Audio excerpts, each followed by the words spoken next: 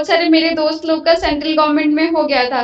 तो जब मैं सर वो जॉब के लिए प्राइवेट में जॉइन की हुई थी, तो ऐसे ही एक दिन मिली उनसे, तो मेरे को बहुत अंदर से बुरा लगा कि मैंने अभी तक कुछ भी नहीं किया है बोल के। तो सर उसी दिन मैं अपने मम्मी के पास गई और मम्मी को बोली कि सर बस मेरे को 6 मंथ का टाइम दे दो, मैं क्वालीफाई होके दिखाऊँगी ऐसा करके। तो मम्मी कुछ भी नहीं सोची, बस बोली कि ठीक है, तुमको जो करना है करो, तुमको जहाँ जाके पढ़ाई करना है करो।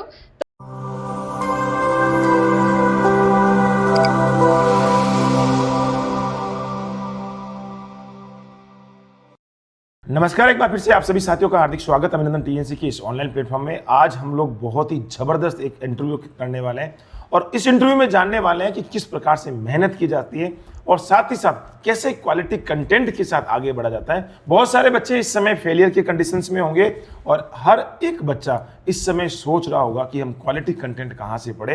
तो आज इस इंटरव्यू में बहुत सारी चीज़ें निकल के आने वाली है। थोड़ा सा मेरा गला खराब है, लेकिन इस इंटरव्यू में आज जो हमारे साथ बैठे हुए हैं उनसे हम बहुत सारी चीज़ें जानने की कोशिश करेंगे। तो सबसे पहले तो टॉपर्स को बहुत बहुत बधाइयाँ एवं शुभकामनाएं ऑल इंडिया रैंक 137 को।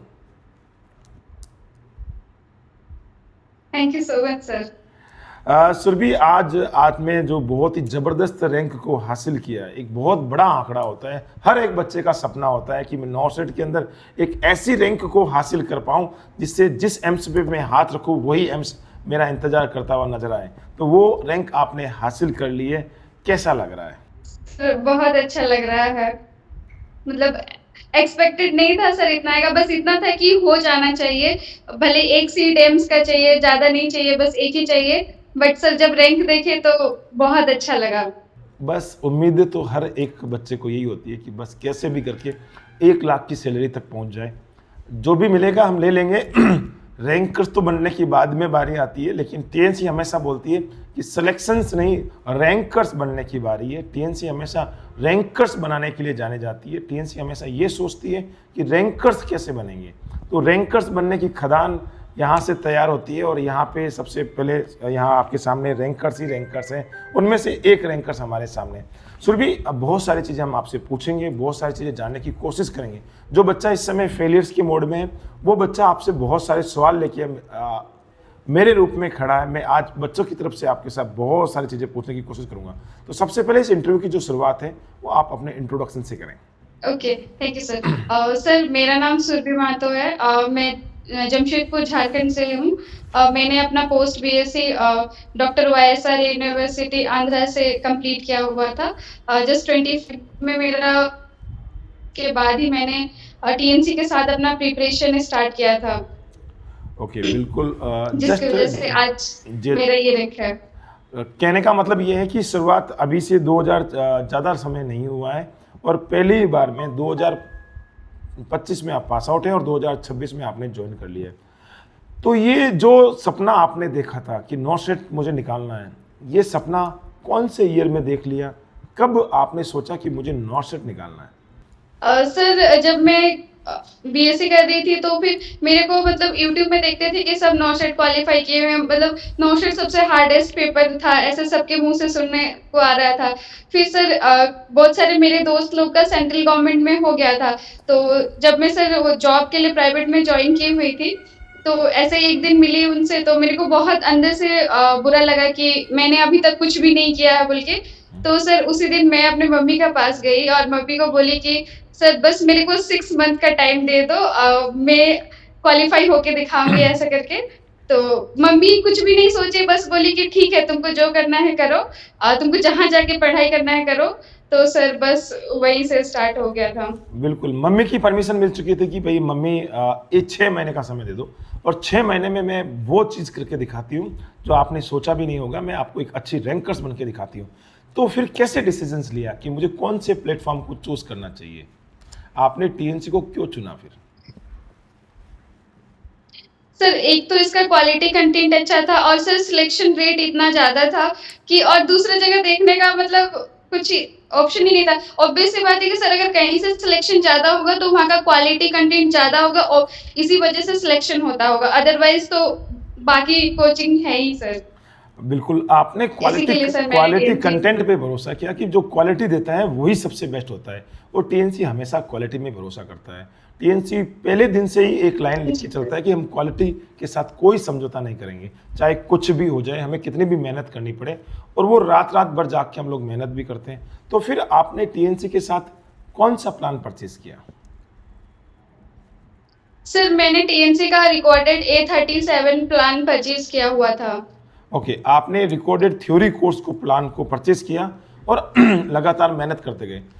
जैसा कि आपने डिसीजन लिया कि मुझे जी सर। क्वालिटी के साथ जाना है, तो मैं उस बैच के बारे में, जो थ्योरी कोर्स के बच्चे, जो बहुत सारे बच्चे जिनको पता नहीं है कि सिर्फ टीएनसी टेस्ट सीरीज के अंदर मामले में सबसे टॉप में, मैं उन बच्चों को बता देना चाहता हूं कि टीएनसी ने टेस्ट सीरीज के बाद में कोर्स को लॉन्च किया है। कोर्स को लॉन्च हमने किया और उसमें इतनी ज़बरदस्त क्वालिटी को मेंटेन किया है। जिस बच्चे ने, जो बच्चा अभी जैसा कि आपने भरोसा किया, सुरभि ने भरोसा किया कि मुझे रिकॉर्डेड कोर्स के साथ जाना है, और अभी तो हमने एक बहुत ज़बरदस्त कंसेप्ट लेके आए, 1-to-1 लाइव इंस्ट्रक्शन बैच, जो कि बच्चों की सबसे ज़्यादा नीड थी, उस पे हमने काम किया। तो आपने जो बैच लिया, थ्योरी बैच को आपने पढ़ना शुरू किया, कैसी, जो आपने सोच के आए थे कि मुझे क्वालिटी कंटेंट मिलेगा, वैसा ही मिला या और कुछ? सर जैसे सोचे थे उससे बहुत ज़्यादा अच्छा मिला।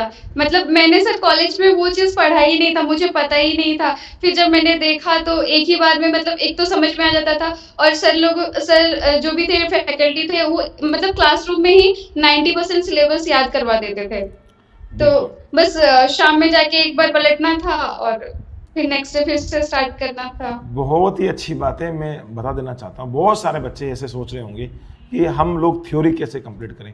तो थ्योरी के लिए टीएनसी ने एक बहुत ही कम एफर्ट्स, वो कम प्राइस के अंदर एक बहुत ही ज़बरदस्त चीज़ आपके लिए लेके आए हैं। वो हमारा एक मोटो रहा है कि हम जिस प्रकार से बच्चों को टेस्ट सीरीज की मदद से हेल्प कर पा रहे हैं, वैसे कि वैसे हम थ्योरी कोर्स से हम लोग बच्चों को हेल्प कर पाएँ, और वो एग्जाम्पल आज सुरभि आपके सामने है। बहुत अच्छी बात है। तो सुरभि, मैं यह जानना चाहता हूँ कि कम टाइम में आपने कंटेंट, एक क्वालिटी कंटेंट को पढ़ा, और साथ ही साथ आपने टेस्ट दिए, इन दोनों का बैलेंस कैसे बनाया? सर स्टार्टिंग में जब मैंने सर ज्वाइन किया था तो मैं क्लासेस करती थी मॉर्निंग में, और जो लंच का टाइमिंग होता था सर उसमें मैं टेस्ट दे देती थी, 1 आवर का टाइमिंग फिक्स करती थी। क्योंकि सर 1.5 घंटा का भले ही टेस्ट रहता था, लेकिन जब हम लोग एग्जाम में बैठते हैं तो वो इतना जल्दी पार हो जाता है कि पता ही नहीं चलता था। तो मैं कोशिश करती थी कि मतलब 1 आवर में ही मेरा पूरा 100 क्वेश्चन हो जाए, ताकि वो प्री वाला जो बैलेंस है मैं कर सकूं। उसके बाद फिर सर इवनिंग में फिर मैं क्लासेस लेती थी, और नाइट के टाइम बस रिवीजन करती थी नोट्स का। बहुत अच्छी बात है, और बहुत सारी चीज़ें हैं कि अपने आप को बैलेंस करना पड़ता है। बहुत सारे बच्चे ड्यूटी के साथ सोचते हैं कि ड्यूटी के साथ हम लोग कैसे मैनेज करें, तो उनका एक बेस्ट एग्जांपल अपने सामने सुरभि है, कि जिन्होंने अपने आप को उस एडवांस बैच के साथ या थ्योरी बैच के साथ उन्होंने अपने आप को मैनेज किया, साथ ही साथ लगातार टेस्ट सीरीज को दिया, और वो आज आपके सामने है। अब मैं जानना चाहता हूँ कि जैसे कि आपने नोट्स बनाए, बहुत सारे लोग बोलते हैं कि सर नोट्स खुद से बनाएं या नोट्स हमें सामने से मिल जाए, तो आपने अपने आप को कैसे रखा कि नोट्स खुद से बनाएं, क्या बनाएं, कैसे किए? सर मैंने नोट्स खुद से बनाए थे, क्योंकि जो हम लोग लिखते हैं उस टाइम सर वो याद रह जाता है कि मैंने इस पेज पे ये चीज लिखा है। और सर अगर जेरोक्स रहता है या फिर पहले से रहता प्रिंटेड, तो उसमें क्या रहता है कि सर बस मैं ऊपर ऊपर फ्लो फ्लो पार हो जाऊंगी, लेकिन जो मैं खुद से लिखे रहती हूँ वो याद नहीं रहता है सर। तो इसीलिए मैंने बस अपना नोट्स ज्यादा प्रेफर किया था। बहुत ही अच्छी बात बताई है आपने कि खुद से नोट्स बनाने चाहिए, और मैं हर बच्चे को ये बोलता हूँ कि खुद से नोट्स बनाएं। ज़रूरी है एक बार खुद से नोट्स बनाना, क्योंकि आज की डेट में अगर आप कहीं से ऐसे ले लेते हो कि नोट्स दे दे, वो इतना इफेक्टिव नहीं हो पाता है जितना खुद से बनाते हैं। और आपने टीएनसी के साथ पूरी जर्नी टीएनसी के साथ पूरी बिताई है, और आपने थ्योरी भी यहीं से पढ़ा, आपने एमसीक्यू भी यहीं से किए, प्रैक्टिस भी यहीं से की, सब कुछ यहीं से किया, और 6 महीने के अंदर एक बहुत ही बड़ा रिजल्ट लेके निकले। इतना बड़ा रिजल्ट जो कि आज नर्सिंग के इतिहास के अंदर आजकल ऐसा हो गया कि भाई टीएनसी बहुत ज़्यादा नए नए कंसेप्ट लेके आ रही है। तो बहुत लोगों मार्केट में एक भूचाल भी आया हुआ है कि टीएनसी कर क्या रही है। आपने बोला कि सबसे ज़्यादा रैंकर्स निकलते हैं, तो हमें सिलेक्शन निकालना होता था, हमने सिलेक्शन तो हज़ारों ऐसे निकले हैं। हम चाहते हैं कि ज़्यादा से ज़्यादा रैंकर्स निकालें, और AIR-1 जो इस बार टीएनसी से ही निकला है, और वो हमने इंटरव्यू पब्लिश भी कर दिया है। तो ये है टीएनसी की पहचान।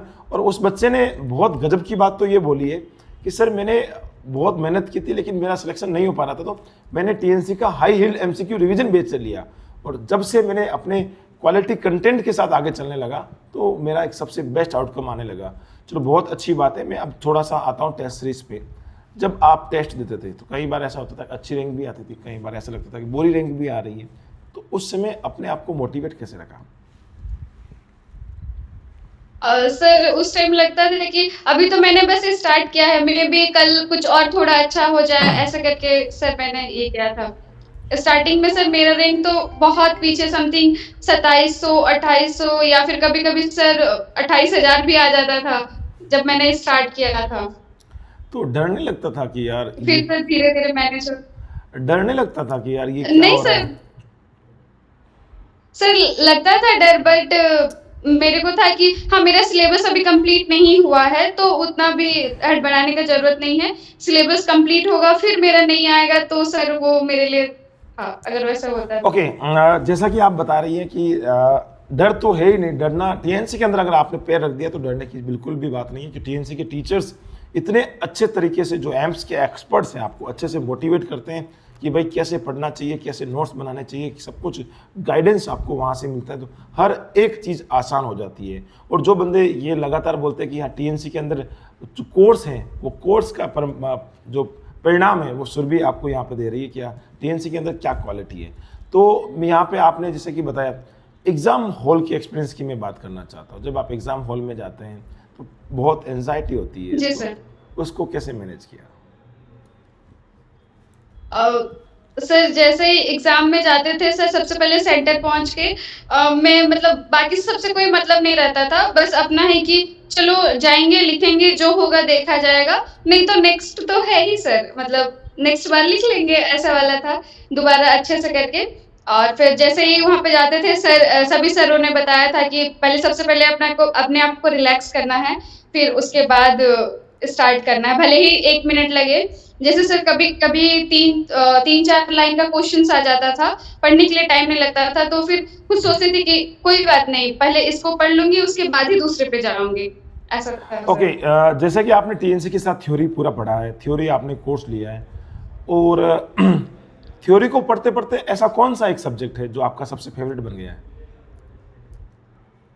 सर ओबीजी, और sir even sir child health मेरे को मतलब पसंद नहीं था सर, बट जब से मतलब उसके क्वेश्चंस ऐसे आते थे ना कि मेरे को समझ में नहीं आता था, खासकर कार्डियोलॉजी वगैरह।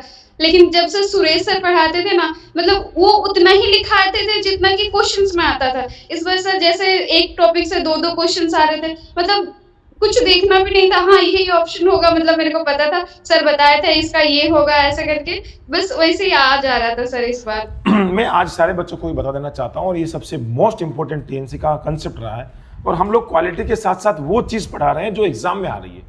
जैसे पढ़ाने को तो बहुत सारे ऐसी कोचिंग हैं जो कि इतना सारा सिलेबस रख देती है, बच्चे को कंफ्यूज कर देती है, बच्चे को खुद को नहीं पता है कि मुझे पढ़ना क्या है, बच्चा लास्ट में जाके उलझ जाता है, और वो वापस टीएनसी के साथ आके मेहनत करता है, फिर ही सिलेक्शन लेता है। बहुत सारे लोग बोलते हैं कि हमने थ्योरी पढ़ा दी। मैं उनको भी बोल देना चाहता हूँ कि जो थ्योरी आप जो पढ़ा रहे हैं वो थ्योरी कुछ भी काम की नहीं होती है। वो टीएनसी के पास आके फिर से वो बच्चा मेहनत करता है, टीएनसी उसके ऊपर एक बहुत जबरदस्त तरीके से उस बच्चे को ये बताती है कि भाई पढ़ना क्या है। और वो चीज़ आज आपने बताई कि टीएनसी सबसे अच्छी चीज़ जो बताता है वो चीज़ यही है कि भाई पढ़ना क्या है। और जैसे कि आपने बताया कि अवधेश सर और सुरेश सर और साथ ही साथ कपिल सर, सुखी सर, शेर सिंह सर, जो टीएनसी के एक्सपर्ट्स हैं, वो आपको ये चीज़ देते हैं कि भाई एग्जाम में क्या आएगा, वो सबसे ज़्यादा खास बात। और इसीलिए ही हमने एक बैच लॉन्च किया है जो थ्योरी के साथ साथ रिकॉर्डेड के साथ साथ हमने एक एडवांस लाइव यूनिक बैच, उसमें हमने बच्चे की हर एक चीज़ को समझा है, और टॉपर्स बनाने की गारंटी हम उस बैच में लेते हैं कि हम 100% आपको टॉपर्स बना के देंगे। हम उस पर जो बच्चा उस हमारे साथ उसमें चलता है, हम उसको बहुत अच्छे तरीके से सक्सेस तक पहुंचाने का काम कर रहे हैं। तो बहुत बहुत धन्यवाद। इस इंटरव्यू में आपने बहुत सारी चीज़ें बच्चे को बताई है। एक चीज़ और मैं जानना चाहता हूँ कि कम टाइम में सफलता मिल रही है, बहुत लोग हैं जो 3-3 साल से मेहनत कर रहे हैं, सफलता नहीं मिल रही है कहीं ना कहीं। जैसा कि हमने और अभी सर ने एक वीडियो रिकॉर्ड किया था, उसमें हमने बात की थी कि फेलियर बच्चों की क्या कमी है। तो आज मैं आपसे जानना चाहता हूँ, आपसे ये पूछना चाहता हूँ, क्योंकि बहुत सारे बच्चों को या तो गाइडेंस नहीं मिलता, या क्वालिटी कंटेंट नहीं मिलता, या अपडेटेड कंटेंट नहीं मिलता है। तो भगवान ने आपको एक सही राह दिखाई है, भगवान ने हर जगह आपको एक सही जगह पे भेजा है, जहाँ पे आपको गाइडेंस भी मिला, क्वालिटी कंटेंट भी मिला, अच्छी प्रैक्टिस भी मिली, और एक 6 मंथ के अंदर एक आपको बहुत अच्छी रैंकर्स भी मिले। तो बहुत अच्छी बात है। तो आप जो अपने जूनियर्स हैं या जो इस इंटरव्यू को देख पा रहे हैं, उन बच्चों के लिए आप क्या कहना चाहेंगे? कुछ नहीं, बस टीएन्स पे भरोसा रखो, और कोई भी दूसरा बुक पढ़ना ही नहीं है सर। उनके जो नोट्स है, और सर नोट्स के साथ बस मैंने प्यारे यादव का एमसीक्यू किया था, क्योंकि उसमें प्रीवियस ईयर के क्वेश्चंस थे। उसके अलावा सर मैंने कोई भी बुक नहीं टच किया था अभी तक। बहुत अच्छी बात बोली है कि भाई भरोसा रखना है, सबसे बड़ी बात है। उस टीम पे भरोसा कर लिया आपने, और आज मैं ज़बरदस्त उस तरीके से बताना चाहता हूँ कि जिस प्रकार से हमने टेस्ट सीरीज के अंदर परचम ले रहे हैं, उसी प्रकार से हमारे बच्चे अब वीडियो जो हमने थ्योरी बेच है, हमारा एडवांस लाइव यूनिक बेच है, जब यहाँ से जो हमने कंसेप्ट नया लेके आए, वहाँ से सारे बच्चे, इतने बच्चे सिलेक्शन निकल गए, रैंकर्स निकाले। तो ये आज आपके सामने एक रिकॉर्डेड बैच, जो हमने एक बैच लॉन्च किया था, उस बैच के बच्चा है जो बता रहा है कि क्वालिटी क्या चीज़ होती है, और उसमें बिल्कुल यहाँ पे साबित कर दिया। बहुत बहुत धन्यवाद, आपने इस इंटरव्यू को अटेंड किया, अब बहुत सारी चीज़ें यहाँ बच्चों के साथ शेयर की। अब खुशियों का दौर आपके लिए चालू हो गया है। अब 1 लाख सैलरी आपके पॉकेट में आने वाली है। आप हमेशा जो आपने एक मैनिफेस्टेशन किया था कि मुझे जल्दी से जल्दी टॉपर्स बनना है, क्योंकि वो आज आप बन चुके हैं। और आज जो आपने एक सपना देखा था कि भोजराज सर के साथ इंटरव्यू करेंगे, वो इंटरव्यू भी आपके साथ हो रहा है। और आने वाले समय में बहुत सारे बच्चे यही सपना देख रहे होंगे कि आने वाले समय में सुरभि की तरह हम भी एक रैंकर्स बने। तो सुरभि की बातों का ध्यान रखेंगे, वो भी टीएनसी के साथ आगे बढ़ेंगे और टॉप रैंकर्स बनेंगे। इस इंटरव्यू सेशन को अटेंड करने के लिए बहुत बहुत धन्यवाद। आप हमेशा ऐसे ही अपना नाम, साथ ही साथ अपने माता पिता का नाम, जिस धरती से आते हैं उस धरती का नाम, साथ ही साथ जितने भी साथियों ने आपको यहाँ तक लाने का काम किया है, उन सारे के सारे साथियों का नाम, साथ ही साथ जो जितने भी आपके अगल बगल अड़ोसी पड़ोसी, जो हमेशा आपको, जो पड़ोसी रहते हैं ना कि कहते हैं कि कब सिलेक्शन होगा, कब सिलेक्शन होगा, उनका भी नाम, साथ ही साथ टीएनसी का नाम रोशन करते रहें। जय हिंद, जय भारत, वंदे मातरम। Thank you so much. जी sir, thank you so much sir.